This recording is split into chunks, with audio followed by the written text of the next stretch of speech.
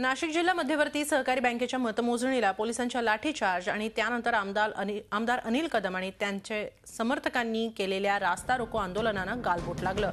मतमोजणी प्रक्रिया संपल्यानंतर विजयी उमेदवार शोभा बच्छाव यांच्या कार्यकर्त्यांचा महिला कॉन्स्टेबलला धक्का लागला। महिलेनं आरडाओरड केल्यानंतर तिच्या सहकारी पोलिसांनी जो दिसेल त्याच्यावर बेछूट लाठीमार केला। यात अनेक जण रक्तबंबाळ झाले, कुणी पडले तर कुणाचे कपडे फाटले। लाठीमारात आमदार अनिल कदम यांच्या समर्थकांना आणि नातेवाईकालाही मारहाण झाल्यानं अनिल कदमांनी आणि त्यांच्या समर्थकांनी पोलिसांना शिवीगाळ करत नाशिक पुणे महामार्ग सुमारे अर्धा पाऊण तास रोखून धरला। ज्या शिंदे नामक पोलिसांना आमदारांच्या नातेवाईकांना मारहाण केली त्यांना जाहीर माफी मागावी अशी मागणी आमदार आणि त्यांच्या समर्थकांनी लावून धरली। अखेर सर्व पोलिसांच्या वतीनं सहाय्यक पोलीस आयुक्तांनी माफी मागितल्यानं आंदोलन मागे घेण्यात आलं। दरम्यानच्या काळात पोलिसांशी हुज्जत घालणाऱ्या कार्यकर्त्यांनी माध्यमाच्या प्रतिनिधींनाही दमदाटी करत चित्रीकरणापासून रोखण्याचा प्रयत्न केला। नाशिक पुणे हायवेवर हे रास्ता रोको झालं, मात्र याला ही सगळी मध्यवर्ती सहकारी बँकेची मतमोजणीची प्रक्रिया संपल्यानंतर एका कार्यकर्त्याचा पोलिसांना धक्का लागला आणि त्यानंतर पोलिसांनी बेछूट लाठीमार करायला सुरुवात केली।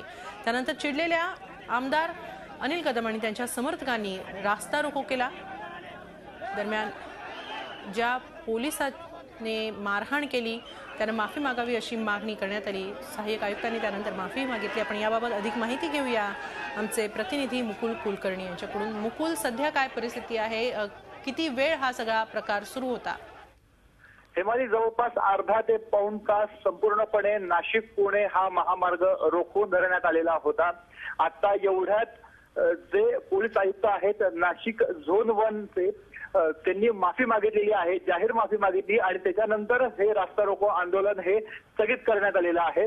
मात्र सुरुवातीची जर म्हणायला गेलं तर पहिली चूक पोलिसांची होती। पोलिसांनी कुठलीही त्यांना गरज नसताना लाठीमार केला, बेछूटपणे लाठीमार केला। असंख्य लोकांना तिथे लागलेला आहे, अक्षरशः अनेक जण पडलेले आहेत। त्याच्यानंतर ज्या पद्धतीने आमदार अनिल कदम यांच्या समर्थकांनी पोलिसांशी हुज्जत घातली, तिथे राडा केला, हे अशोभनीय वर्तन होतं आणि त्यांच्यामुळे सुमारे अर्धा ते पाऊण तास नाशिक पुणे महामार्ग हा रोखून धरण्यात आलेला होता। ओके, धन्यवाद मुकुल आपण दिलेल्या सविस्तर माहितीबद्दल। झी 24 तास रहा एक पाऊल पुढे।